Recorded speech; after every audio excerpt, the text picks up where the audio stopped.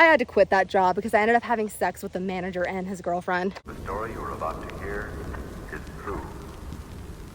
Only the names have been changed. Google told me I'm obese. Love it. I know the BMI is outdated, but I use the hip to waist ratio, and apparently I'm at high risk for cardiovascular disease. And I've dealt with weight issues, negative self-view, things like that my entire life. So since I have been for months now wanting to continuously upload more than once a week, I need to think of some more creative ways to get video taking in, some storytelling in, while still like being able to live my day-to-day life. So today we are going to be going on a run. I'm gonna see how far I can run. I feel like I can run like 10 miles. I think the only thing that's gonna hold me back is the heat. But right now I have some cookie dough setting in the fridge. I have some cookies I need to mail out tomorrow morning, as well as one of my doula clients. We are just waiting. She's almost 40 weeks pregnant. She could pop at any moment, so I need to be close to my phone. I figured, what better to do than to just like get outside, go on a run. Let's put on some sunscreen real quick. That's probably a good idea. Also, I'm not gonna be bringing my water with me, so I'm just drinking it right now. I needed to take my measurements for the bridesmaid dress for my sister's wedding. My sister's getting married in September. We just ordered a dress that's one size smaller than my measurements because I'm like, I delayed measuring myself for a reason because it's really triggering for me, and I was not happy with the numbers that I saw on that fucking measuring tape. So the toxic bitch in me ordered a size smaller, which means we have a few months to lose weight. I can usually lose weight like within a month. My problem is like the maintenance. As we all know, I'm bipolar. It's really hard to maintain consistency in hobbies, work life, social life, throughout mood swings and such. So that is a big contributor to my weight fluctuation. The fact that I'm already out of breath is crazy. We have fallen off a little bit. If I'm being truly realistic, we'll get like 5 miles in. All right. Oh, I guess I should wear my little fanny pack. It is 90 degrees. There is a severe weather warning. I am in a tennis dress. Let's just like see how much I can run. Oh, wait a minute. What am I thinking? We must stretch. These calves and these quads stretched out. How funny would it be if like, what if I like become addicted to running? You know, I've tried to do that to myself. I've tried to like get addicted to running in the last few years. Never really works out. Get that. Oh. Good little jump in. Some high knees going. Warm up the body. All right. My story starts in the summer of 1999. My birth parents, we'll call them S and J, were dating. They were actually being quite responsible. Their condom broke and they found themselves pregnant at the young age of 15. Now, I believe my birth dad is a few years older than my birth mom, but teen parents, you know, hard time, okay? They find themselves in this debacle, kind of nervous, don't know what to do, go back and forth between whether the pregnancy should be terminated, whether they're gonna keep me, or whether I'm gonna be put up for adoption. Those were all the options. My birth mom was obviously really scared about the pregnancy. She hid it from her family for a long time. I don't think anyone found out until she was like well into her second trimester. Fucking cunt bags, derogatory. They decided to place me for adoption. My birth dad, super against it, not for it, was not a fan of this idea. He came from a really big family. In fact, I think he's one of 6 or 7. And his mom was actually pregnant at the same time S, my birth mom, was pregnant. Regardless of everybody's opinions, my birth mom S was really insistent on the adoption process. She was super confident about her decision. She decided to go through an adoption agency called Creative Adoptions. It has since been like closed down. This adoption agency was cool because they had like binders. This is my understanding, at least. Obviously, I was in utero. They had binders of everybody's information, a picture of the family. My sister had been adopted through the same agency due to a similar situation in the mid-90s, so just 6 years prior to this. My birth mom said she knew from the minute, like she saw the look in my mom, Nancy's eyes, that it was a go, baby. That was my family. She knew it. She met up with them in the 3rd trimester of her pregnancy. That's how the decision was made. My parents literally adopted me from the moment I was a newborn. When S, my birth mom, went into labor, they were called to the hospital, went down there, waited for me to be born. My birth was a pretty traumatic one. Poor thing, had a postpartum hemorrhage that was super severe, and it was actually due to medical error. They could have been sued. So not only does my birth mom find herself with zero support from her family, from my birth dad at the ripe age of 16, placing me for adoption, nearly dying, literally on her deathbed the day she decides to give me up. She was just a kid, bro. That's really hard, regardless if it was for the best or not. That's the strongest shit any woman can do. So, as I said, she suffered a severe postpartum hemorrhage.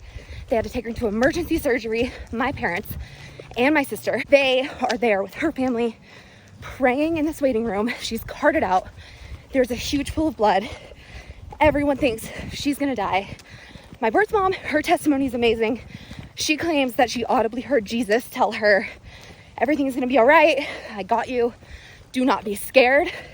Do not have fear. So she was confident she was gonna live. That gives me goosebumps every time I talk about it. So my parents, they're not religious.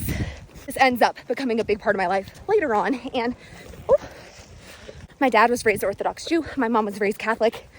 They both suffered a lot of like religious trauma. They didn't really push any of that on to my sister and I growing up. But regardless, because of the dire situation happening at the hospital this day, my parents are obviously grateful that they have a baby. Everyone's scared because they think that S is like completely gonna die, you know? Okay, I just checked. I'm about 11 minutes in. I'm at 1.1 miles. Everything ends up being okay. The rest of her story is not my story to tell. We're just gonna discuss my childhood, what happened from then on. I'm not super up to date on Colorado adoption laws. However, in the year 2000, when I was adopted, you had up to 6 months to like petition the court to not relinquish your parental rights if you still wanted the baby. I was born March 9th, 2000, but I wasn't legally adopted until September 9th, 2000. I grew up in Evergreen, Colorado, which is a beautiful, serene, rural town outside of Denver. Dude, it's so hot. Also, talking and telling this story is like way harder than I anticipated. Who doesn't like a good challenge? I was super fortunate growing up for a lot of reasons. I mean, Evergreen now especially is known for like its beautiful scenery, its wealth. It's in a majority white town, as are most places in Colorado. It's not a very diverse state. My parents bought their house like in the 80s or 90s. This was when real estate wasn't crazy. You have to keep in mind, like this point in time, weed wasn't legalized until 2012. So it's well into like my preteen years. Back then, not many people lived here yet. I was fortunate because I grew up very comfortable, but a misconception I get a lot is because like I grew up there, my parents live in a big house. People think I have a lot of money and I don't. I actually have 0 generational wealth. I don't have like a college fund. I don't have a trust fund, nothing like that. And you know what? I'm not complaining. I'm smart. I'm a business owner. I did well for myself. It's fine, but I just want to squash that misconception right now. I don't come from money and I don't have generational wealth. At a pretty young age, I started exhibiting some pretty concerning signs of mental illness. In my biological family, there was a history of bipolar, schizophrenia, drug addiction, like alcohol abuse, no major physical health concerns. My sister, again, I mentioned, was adopted 6 years prior to me. She also comes from a very similar background and she had a lot of mental health challenges growing up. It was really traumatic for me as a young girl to see like psychotic episodes happening, but I am diagnosed OCD. My providers do think that being exposed to that level of stress on a daily basis growing up is the main contributor to my anxiety disorder for sure. If anything, the hardest part of this right now is the fucking heat. I started exhibiting signs of like attachment issues and anger issues really early on. This is something really difficult for me to talk about. I was very clearly lacking that like physical bond. I've never liked physical touch. There were instances of childhood sexual abuse in my childhood growing up that I'm not going to talk about on here because it's actually caused in recent years a huge divide in my family. Anytime I bring it up, the perpetrator was also a child. However, there were events that happened growing up in summer camp as well that were adults. We're not getting into details with that. Both my adoption and the sexual trauma I was exposed to were contributing factors to my anger issues, my outbursts. Looking back, I was very clearly manic as a child. It's just obvious in the same way that it's obvious now. Starting but not finishing a lot of projects, rapid speech, elated mood, etc., etc. I'm gonna have to walk because I'm hot as fuck. I'm speed walking, have a steady pace of, I would say, about like 4 miles an hour right now. I have memories as early as like preschool of feeling depressed. I remember feeling blue, off, something was wrong. Very, very existential, as well as this like overwhelming feeling. Nostalgia, I still get that. Overwhelming nostalgia. It was a lot to deal with. Parents who adopt kind of going blind. There's a ton of evidence-based research out there to show that adoption, whether it's closed or open, which, by the way, the adoption that my birth parents chose was an open adoption, meaning that there would be some form of contact all throughout my life until I'm 18. And then I kind of, decide where it goes from there. So my parents were kind of going in blind. That being said, they were so gracious, they were so understanding, and they were unable to naturally conceive even through efforts of IVF. It was really important to them in general just to have kids. They were blessed just to be there. Regardless of my attachment issues, my mom was still definitely my safety blanket. I was the most attached to her. My dad was pretty emotionally absent. However, he did provide for my mom and sister and I, and he did, make all of the mature financial decisions to make sure that we did have everything that we needed. And thank God for him for providing the finances, and thank God for my mom for being our rock, because my sister and I were just super unwell and really needed that emotional understanding and connection.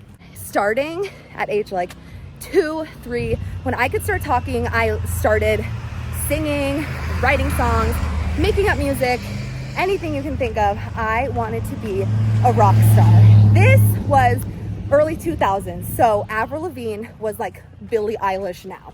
She was huge. She was actually my first concert. It was with every ounce of being inside myself. I was certain I was gonna be a rock star when I grew up. And you know what? Maybe we still got time, babe. We still got time. My preschool graduation or continuation, whatever you want to call it, there's a cute little video of me saying, I want to be a rock star when I grow up. It was just my absolute life, my passion. Going throughout elementary school and middle school, again, dealt with a lot of behavioral issues. Throughout this time in my life, I think I had met my birth dad a handful of times. He was super foreign to the idea of the adoption. As I had mentioned, he wasn't very comfortable with it in general. My birth mom had, for a brief moment, moved out of state because it was becoming just far too much for her. She was in the trenches of her own addiction. My birth dad was struggling with his own mental health issues. He has a brain injury that was self-induced via drug use. He was also suffering from mental demons. Within that time, they were in and out of my life. My parents, Nancy and Ira, did what they could to just ensure that, those relationships stayed as stable as they could, so that they kept up their end of the bargain of still allowing an open adoption, while recognizing that these two people were just kids when this happened. They're dealing with their trauma in their own ways. My birth dad ended up having a son with another woman 4 years after I was born. So I do have a brother. We don't really have a relationship though. His side of the family, as I've said, was not very open to this idea of adoption. From my understanding, they didn't explain the dynamic well to my brother, because from my view, it seems as though he's kind of resentful.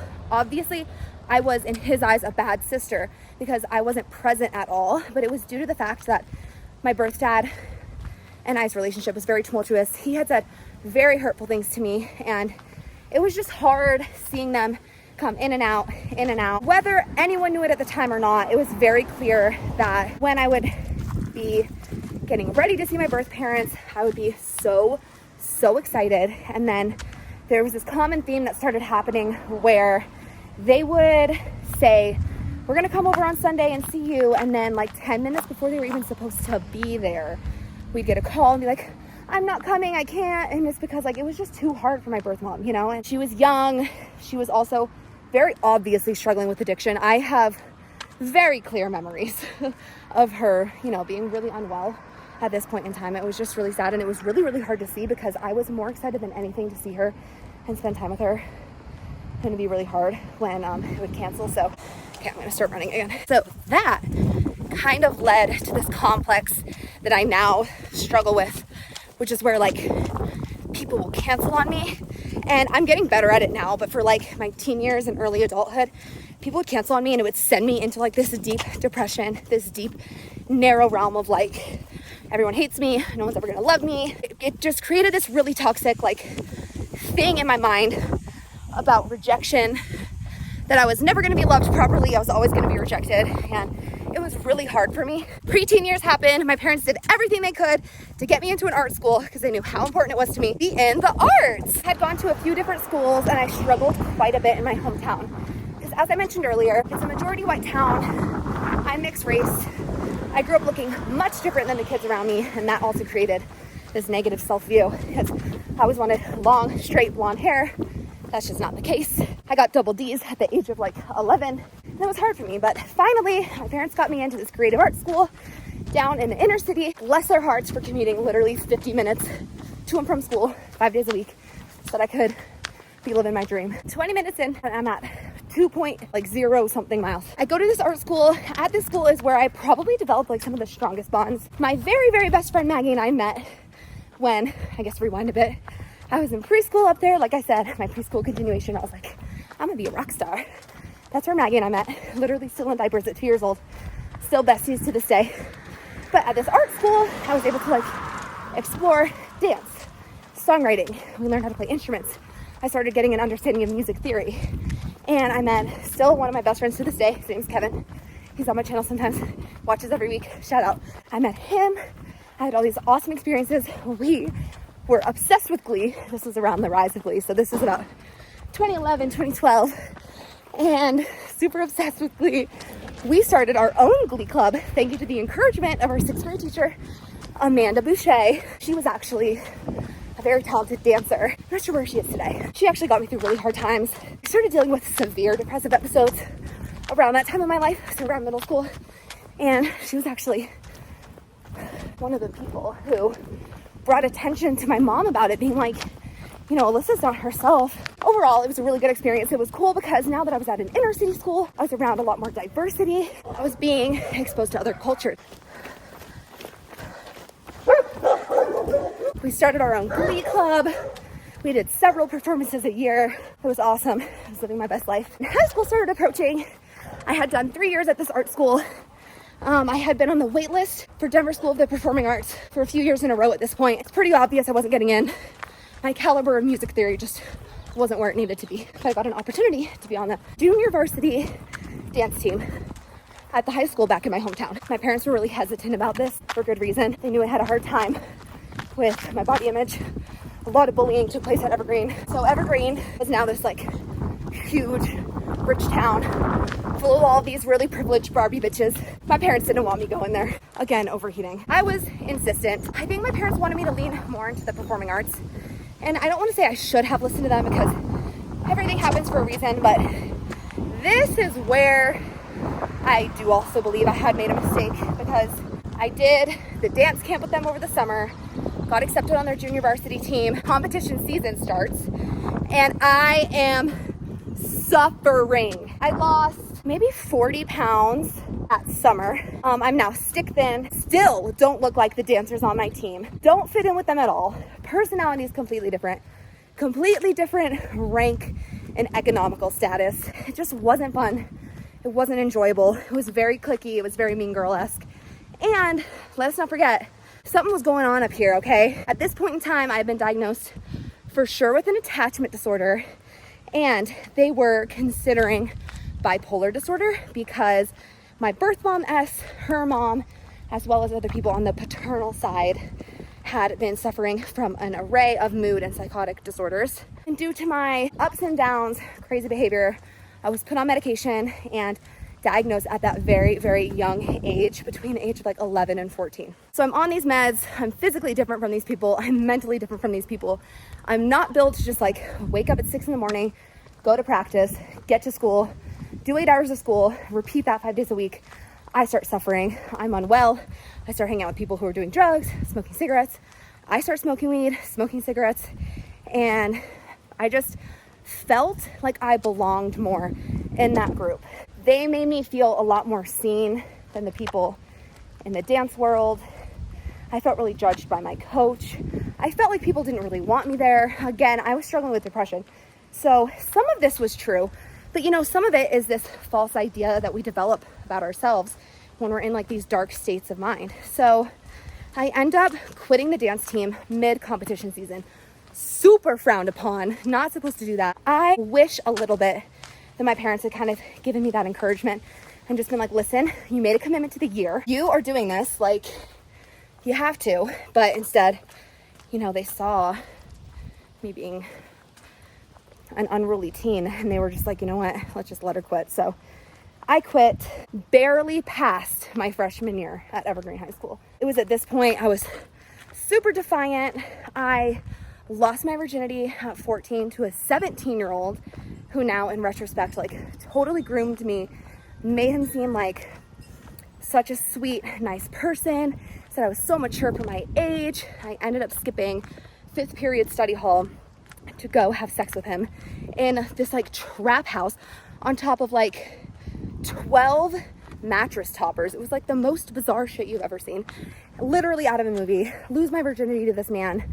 I had confided in my friend group about this, and someone snitched. As an adult now, I'm not mad at all, but I remember feeling so betrayed. Nobody would come forward. My mom wouldn't tell me who told on me. And it led to this new complex of myself that, you know, I was disgusting. I was a whore. My parents found out that I had slept with this guy. It was super embarrassing. The overarching feeling I had was just that I was just humiliated, you know? It felt like a part of me was taken away, which it was. You can never really get that back, you know? And it was really hard. I was basically failing at this point in school. My parents were like, you wanted to do this. You wanted to go here. We gave you a chance. It's over now. You are going to this alternative school down in Lakewood. So moved back to an inner city school. I was not happy about it at first, but at this point in time, I had been so over school. I lost my passion for music, for the arts. I was now basing my entire identity and sense of self around a bunch of different guys that I would just date. They'd sleep with me, they'd break up with me the week later, and it like became this pattern. So I then started getting this idea that, you know, I'm just an object to these men. No one ever is gonna love me. This started feeding that rejection mentality that I developed as a young girl when my birth parents just wouldn't show up for me. It led to my eating disorder, threw me into a deeper depression, kept me away from my goals and dreams. I was left with very little ambition. So I started going to this alternative school. And at this point in time, I really wanted to just get my GED and be done with it. Since I had made the mistake of leaving that creative arts school to go to high school, I wasn't really close with those people anymore. And in actuality, those are my people. Those are the people that I have this like deeper, soulful connection with, you know? I had decided to throw that away. So I go to this new school, I'm 15 years old. I end up actually getting a group of friends and becoming a little bit happier. This school was cool because it was experiential based. All of it was about experiential learning. We went on these amazing trips. I got to visit Salem, Massachusetts to learn about the witch trials. All of the social study classes were so fucking cool. I got to go to the border of Mexico and America in Nogales, and we got to actually cross over the border, learn all about like border patrol, vigilante groups, illegal immigration. This school was just so cool at showing you a world perspective on things. And I think that it kind of like cracked me out of my shell, made me realize, oh my God, I don't have to fit into this mold. I don't have to be like this false sense of self, you know. So I kind of started finding my way, started finding my direction. And then I met my high school sweetheart. I feel like I just shouldn't talk about him too much because, you know, we went through like 2 years of like crazy development together. It started out super sweet, how you would imagine it, and then started losing myself to him. That same pattern I had started to exhibit in my early teens about needing male validation and the rejection of my birth parents, that was like bleeding into our relationship. I started getting very insecure. He was like my limerent object. The way he viewed me was how I viewed myself. Very just codependent, unhealthy behaviors. I was about 16 in my senior year of high school. Due to this school, I was actually able to graduate an entire year early. So instead of having to get my GED, I had doubled up on classes. I was going on all these trips. It was like amazing. I was doing so well. And then when I was 16, I ended up getting pregnant by my high school sweetheart. We'll call him D. The condom broke. It was basically like my birth mom story all over again. Like young teens, even though we were being careful, accidents still happened. In that like young, naive mindset, I loved him so much. And I was like, you know what? I could do this. Like we could have a family, baby together. He was obviously quite horrified, did not like the idea of that. It was terrifying for him. And I actually ended up miscarrying, which was a really, really odd concept for me. Very strange to wrap my head around. I obviously knew miscarriages happened, but you never think something like that's gonna happen to you, especially at that young age. So not only did I have to process like, fuck, I'm a statistic, I'm now 16 and pregnant, then shortly thereafter I was like miscarrying a whole baby. in second period at school. So then, you know, D and I went through a lot of trauma together. We tried to stay together for a while after that.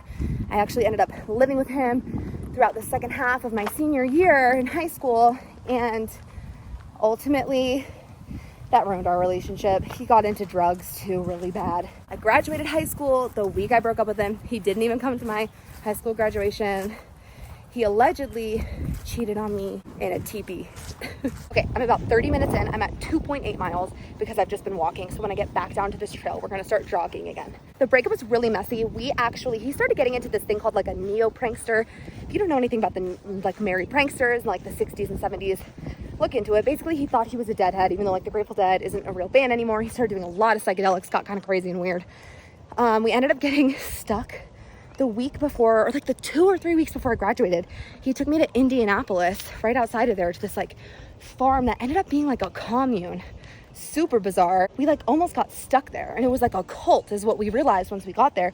We had nowhere to sleep. He didn't tell me it was like a camping scenario, and it was horrifying. I was 17 years old on the other side of the country on this commune, and people started talking about like mental illness not being real, anxiety not being real. And I just started panicking.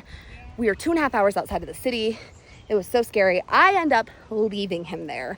Then that was seriously like the end of our relationship. He ended up allegedly cheating on me with this girl named Skylar in a teepee on this commune. When he came home, I like went to his place. I got all my things. We broke up. I graduated high school, and then I started working at Little Caesars. This is the summer before I started college. This is where it starts getting really fucked up. So major trigger warning, because this next phase of my life was like all my own doing, and the like adoption trauma and childhood trauma that involves like other people and their real lives. So that's the reason, like with the sexual abuse and everything, I'm not gonna like out all that. This, however, is about the domestic violence that these following months I suffered from. And I don't think there's anything wrong with me talking about a man who's really abusive and like homicidal and crazy, because he's a fucking horrible person. So I'm not gonna name him, but I'm also not protecting his privacy because he did what he did to me, and it's fucked up. So I meet this guy at Little Caesars. He was my manager at the time. We'll call him Tommy. Tommy's 20, I'm 17, freshly out of this relationship with D. And this is when the doctors, again, still thinking I'm bipolar, starting to assume I may be bipolar 1 instead of bipolar 2, even though up to this point I had only really had severe depressive episodes. Oh my God, hang on. Jesus Christ. Look at this hill. It doesn't look like an incline, but it is, babe. It is. God damn it, my thighs are chafing so bad, bro. I was prescribed anxiety medication. I start what would be considered like abusing this anxiety medication.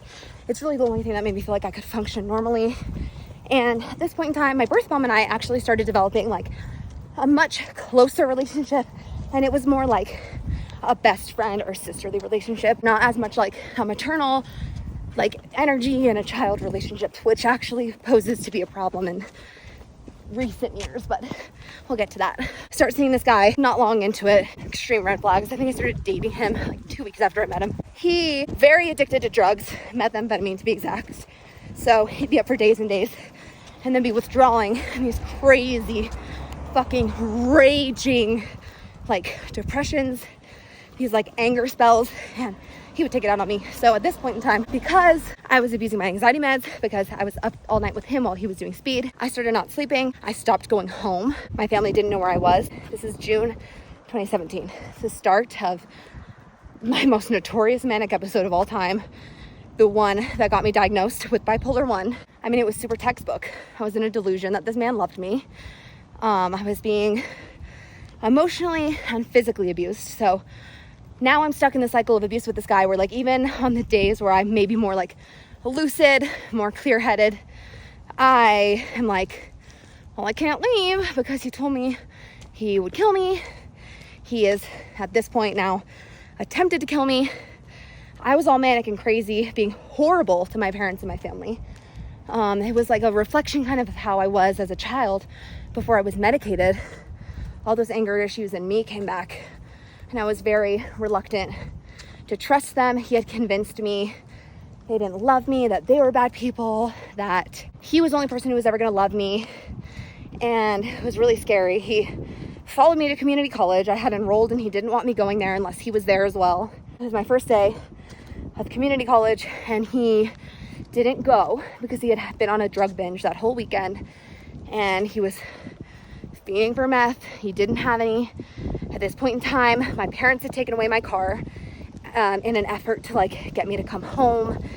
My boyfriend at the time, Tommy, had removed my SIM card from my phone, like broke my phone, cut up my bank card. I was now financially reliant on this man, and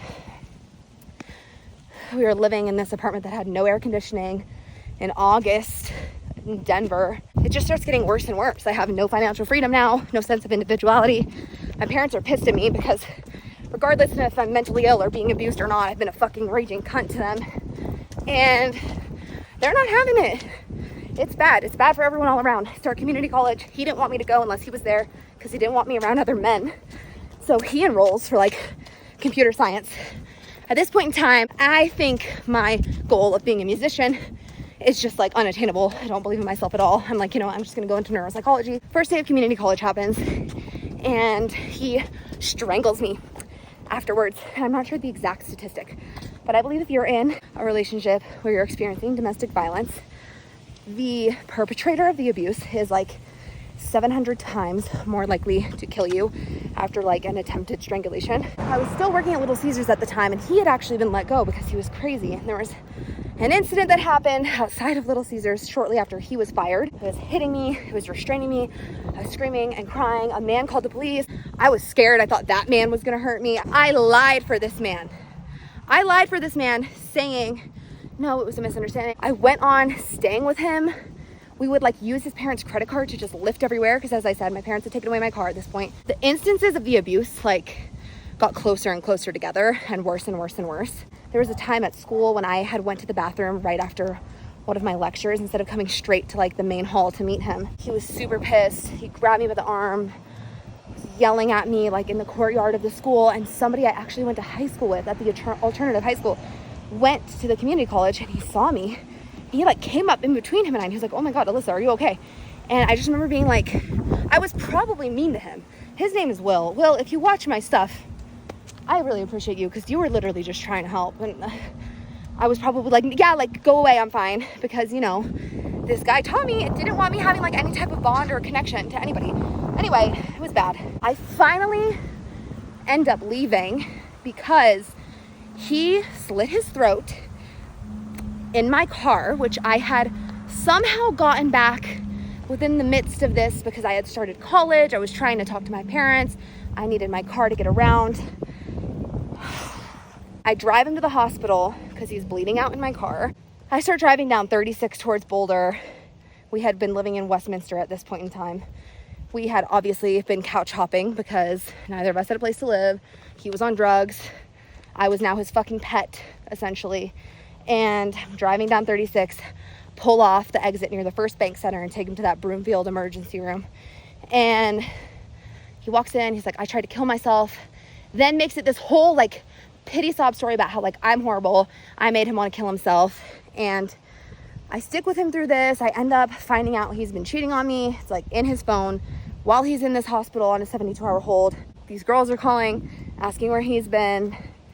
I call his parents. They fly in from the East Coast because he was from New Hampshire. He wasn't even from here. And his mom comes and she's blaming me for his addiction, blaming me for letting him use.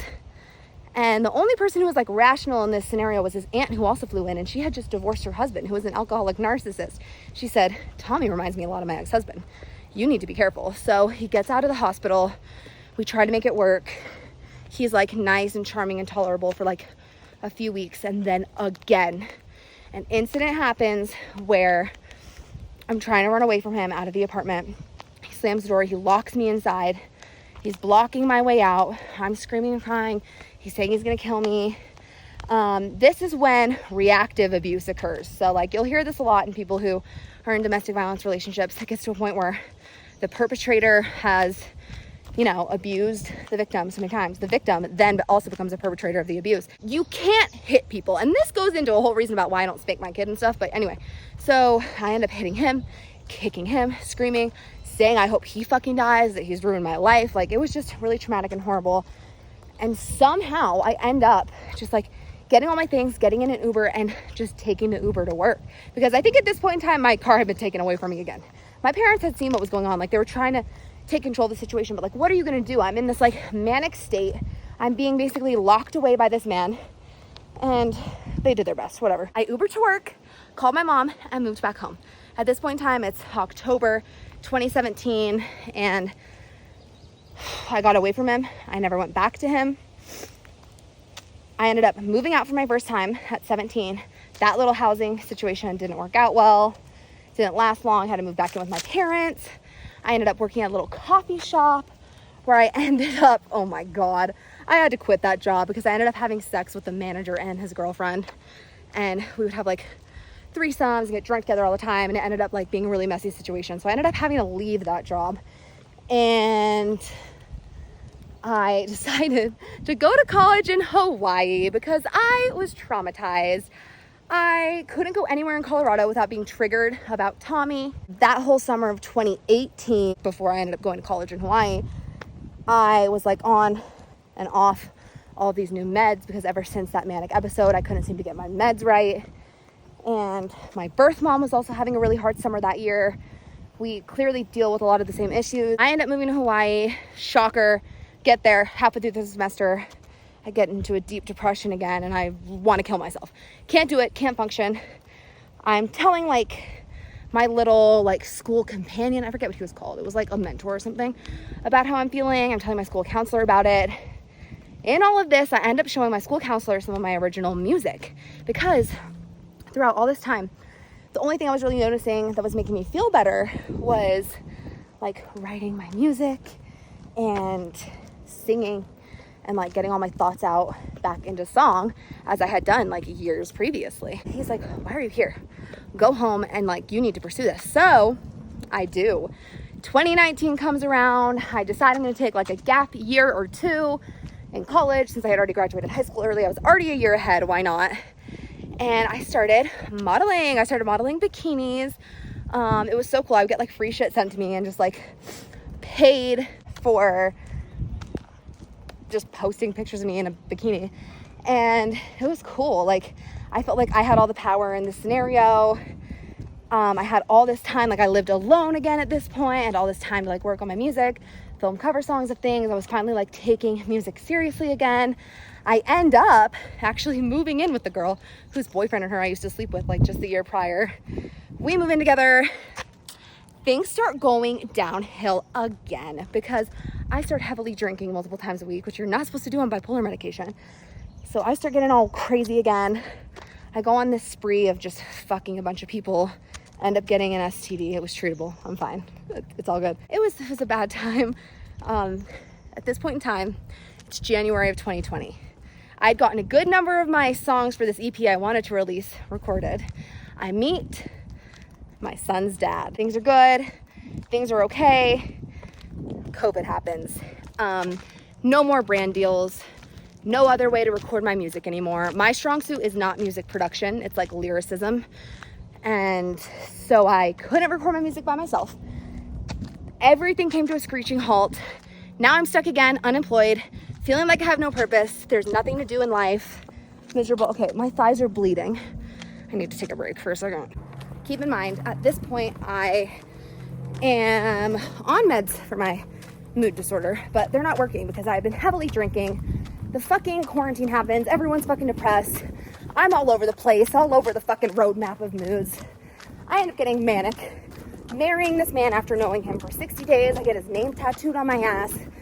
And my family, again, letting me live my life, letting me make my own mistakes, kind of keeping a safe distance, trying to be supportive. They did the best that they could. And we end up being like, we don't like it in Colorado. It's cold. Let's move to Arizona. So our relationship progresses. We move to Arizona. 7 months into being married, I find out I'm unexpectedly pregnant. And our relationship took a really, really harsh downward spiral. He ended up being very bad to me, very like absent husband. And it was a really rough time for both of us. I mean, I was pregnant unexpectedly. We had a very weak relationship to begin with, so no solid foundation there. My pregnancy was very isolating. I was trying my hardest to produce music and still sing and still believe in myself and try to get things released, but at this point in time I had a whole collection of music now not released. Didn't know what to do with it because I had no help anymore. My pregnancy was really difficult. I was sick up until like 15 weeks. Then in my second trimester at 17 weeks, I ended up getting COVID. And it was kind of interesting because I ended up being in like a case study of pregnancies during COVID and how like the fetus responded to that. And I actually had to get ultrasounds every 2 weeks from like 19 weeks pregnant until I delivered. I was on aspirin because they were concerned about blood clotting. And throughout this time is when I met my doula, Sarah Everly. And I found her on TikTok actually. My doula was like my rock. And she kind of opened up this world to me about, you know, being a birth doula, the magic that like support brings, and got me really passionate about it. I was super, super passionate about having an unmedicated labor and delivery. Trained for it every day of my pregnancy. And in 2021, in May, I was able to achieve my unmedicated labor and delivery with my son, which was just so incredible. 9-pound baby, 22 hours of labor. And I did it, baby. I did it naturally. So I had this newfound confidence in myself. Because if I can do that and survive all the other shit I had gone through up until this point, I can do anything. All the trials and tribulations up until this point at least gave me my son. I was super excited to have this relationship with him and be a mother and be in this new era of my life. Okay guys, we're an hour in and I'm at 4 miles. I end up developing postpartum depression. My parents had to fly out and take turns back and forth between Colorado and Arizona to help me take care of my son because my son's dad, like, I don't really want to say a lot about it, to be honest, because, you know, we have a good co-parenting relationship now, and he's a good dad now, but long story short, I had no support. He was a horrible husband. I hated him with every inch of my being at this point in time. We were in the process of buying a house. I had to go into an intensive outpatient program to treat my postpartum depression. They then started saying, we don't think you're bipolar, we think that you have undiagnosed ADHD. Put me on Vyvanse. Worst decision ever. Made me super unstable, even worse. Got put on Lexapro. Not only had I gained 60 pounds during my pregnancy, but then I was gaining weight on Lexapro. I was just super miserable. So I ended up deciding, you know what? We are moving home. Oh, look. Hi. I'm scared it's gonna attack me. Okay. Oh my God. We're just gonna run this way now. Anyway, I moved home, filed for divorce. That was September of 2021. Had to sell everything. Again, think my dreams are crushed. The EP was never released. Had to sell my childhood guitar and piano just to come back home. When I had taken a U-Haul of all my shit out there, I thought I'd be at that house for a few years in a happy marriage. That clearly wasn't the case, so I ended up having to move home, sell everything, get only what fit in my 2012 Hyundai Santa Fe, which by the way I had to get that summer because my ex-husband had crashed the brand new Kia that we had bought together the year prior. I ended up having my son full-time until he's about a year old. That Christmas, his dad and I kind of tried to make things work out because it's super depressing, you know, not having a family together, especially the first year your kid's alive. Taking a little break for this scenic view. How gorgeous is this? Zoom. My postpartum depression started getting better. My meds started getting more stable. I started my baking business because, you know, I've always been creative. Music wasn't working out. I thought I might as well do something creative. I've always been super entrepreneurial. So I started doing that. Kind of started to realize I had lost my sense of self again. Lost my sense of purpose. I was basing my whole personality off of this man that I now was divorcing. 3 months after we were like officially separated, spring 2022 was approaching. I end up getting into some farmers markets. My business is going well. I end up meeting this woman who starts purchasing everything I offer under the sun. I'm making deliveries to Wyoming. She's giving me thousands of dollars to cater these parties. It's a really fucking cool experience. Things are going good. Then I end up reconnecting with this guy who was a photographer from back in my modeling days. We just started hanging out and hooking up at the beginning. It wasn't instant sparks. He was super accepting about me being a young single mom. I thought that this was something that was like going to be a struggle and I was going to have to hide about myself to people. And it turned out I actually didn't have to. He made me feel safe in a lot of ways, and I ended up just being so fucking madly in love with this man. It's like I saw the world in his eyes. Life was brighter. Things without him were dull. It was just this like soulful connection I had never felt before. I just felt like a way that no one had ever made me feel, and I was like, this is my fucking person, you know? And it was cool because he was also a creative person. He ended up starting to like battle his own demons, even though now we're not together, and it actually ended up being a really terrible ending. It was like one of the best experiences of my life up to this point. Outside of motherhood, it was like he showed me I can be loved, and you know, he showed me I can love someone that deeply. It was just beautiful. Our love was just like everything I could want and more, but fundamentally all these issues started happening. 2023 rolls around. My business is still going well. I start being like, I really want to start pursuing like the birth doula aspect of things, because that was something that gave me more confidence than ever in life. And I would love to help other people achieve their goals of however they want to bring their babies into the world, you know, and offering adoption support as someone who's been through this open adoption process and as someone who went through a miscarriage at such a young age. And, you know, my ex was super supportive in all my endeavors, and he ended up, unfortunately, self-medicating quite a bit, and he ended up losing his job. So I ended up feeling like, you know, I had to overcompensate. I need to get a better big girl job. I'm now at this point taking care of us because we ended up living together.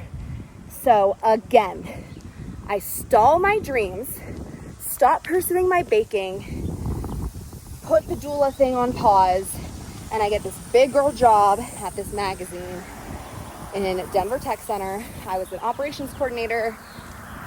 Shortly after, I end up breaking up with that guy because we're just like in two different phases of our life. He's super unwell.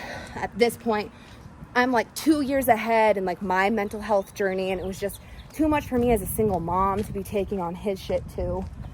And that ended up spiraling actually into just something so ugly. Like I ended up learning about some times that crossed over of like him disrespecting our relationship with other women. We tried to get back together for a short time last winter, then left that job.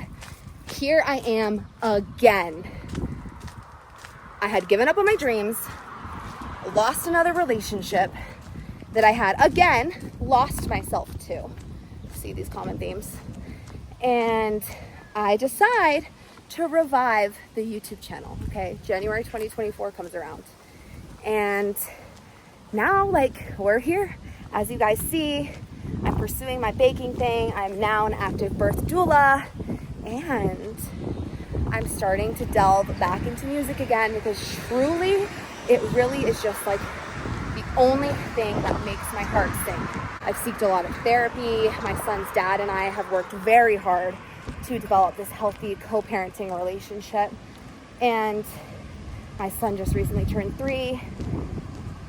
I'm completely no contact now with my most recent ex, and you know, that's been the hardest part of this year, to be honest, because someone that you plan an entire life with, it's just really hard. But throughout these last few years, I've developed an even closer bond with my best friend. Clearly, I don't have a lot of friends. Being a single mom and then losing that relationship, and you know, everyone graduating college and moving on, like, has left me here alone. So now we're kind of in this phase where I'm finding myself. I've been very open about how I was like abstinent for the last 6 months, and how I kind of try getting back out there, going out. I'm not like opposed to it, but I really love the empowerment that like abstaining from sex brings. I struggle a lot with like my sexual identity, like wondering what I'm like really even like attracted to, you know, things of that nature. So anyway, now we're in this new stage. I'm reconnecting with other people from the past, like my friend Kevin, who is just such like an encouraging, creative anchor at so many important moments in my life. And I'm so grateful that, you know, we're connecting again and hanging out, creating music, singing together. It really is just like one of the most joyous things in my life. So I do intend on it coming back together, and I'm feeling very inspired by like Sabrina Carpenter and Chappell Roan and all of these artists who have been working on their career so hard for decades and decades, and they've kind of shown the beauty of this like slow rise, or how the universe is preparing you for your moment, whether you know that you're being prepared for your moment or not. It's actually quite beautiful. So now I'm kind of at this stage where I'm like, okay, I have seen time and time again that I give. Those are like the same assholes who biked by me. Literally choke. They're like 16 and ugly. Not me being mean to children. They're men, by the way, so that's why I don't care. They're honestly probably like 20, but like a 20-year-old is like 16 in my mind. So anyway, damn it, lost my train of thought. Thanks, fucking cuck. You know, I've given so much of my life to other people, based my self-worth off of like them, how I view myself. Like, so I'm just in this new era of discovering things about myself, being true to myself, feeding my soul with things I know actually matter to me, and yeah, being inspired by these artists who this whole time have been working hard. They're also going through similar things that I've been, and it was really just the universe preparing them for their moment. So 2024, you're preparing me for my moment right now. 2025 is going to be my year. Right now, I'm like shedding a coat. I'm processing all this trauma. Again, something I'm not going to talk a lot about. I actually don't have an active relationship now with either of my birth parents, just because of all the ups and downs we went through, different stages of life that we're in right now. At this stage currently, those are not relationships I'm pursuing. Those are not relationships that I'm actively involved in. And that just is what it is. But this is my me era. My son's doing great. He's getting a good education now at school. I'm kind of getting my bearings on life, and give me another 6 months and it's over for you bitches. No, I don't even want to say that. Like, I want to uplift everyone, because truly, I think I'm figuring it out finally. And you know, I'm 24, and this long battle of self-discovery and mental illness and trauma, like, it's been happening to me now for decades. And you know, there's a lot of things that we can't control, but there are a lot of things that we can control. And I'm starting to understand that now, and I don't have to just be the victim all the time. And it's just important that I keep myself healthy for my son, and I focus on parenting and contributing good things to the world. The rest, truly, I do believe will come. Next year is going to be incredible. I would love to start finally releasing music again. I would love to get back into modeling. And that's why I upload a vlog once a week, because I want to be consistent for you guys, develop a fan base. And I know only between like 30 and 100 people, you know, watch these every week, but like, that's so cool. Like, I have this like little tiny community on here of you guys watching me, and I'm just so appreciative of it. And yeah, thank you guys. Thank you guys so much for listening. I would love to continue this series. This is actually really fun. And if you can't tell, the endorphins put me in like a way better mood. Sorry if it's loud. Planning on telling you guys more stories. Let me know how you guys enjoyed this video. I really, really appreciate all of the support. Bye.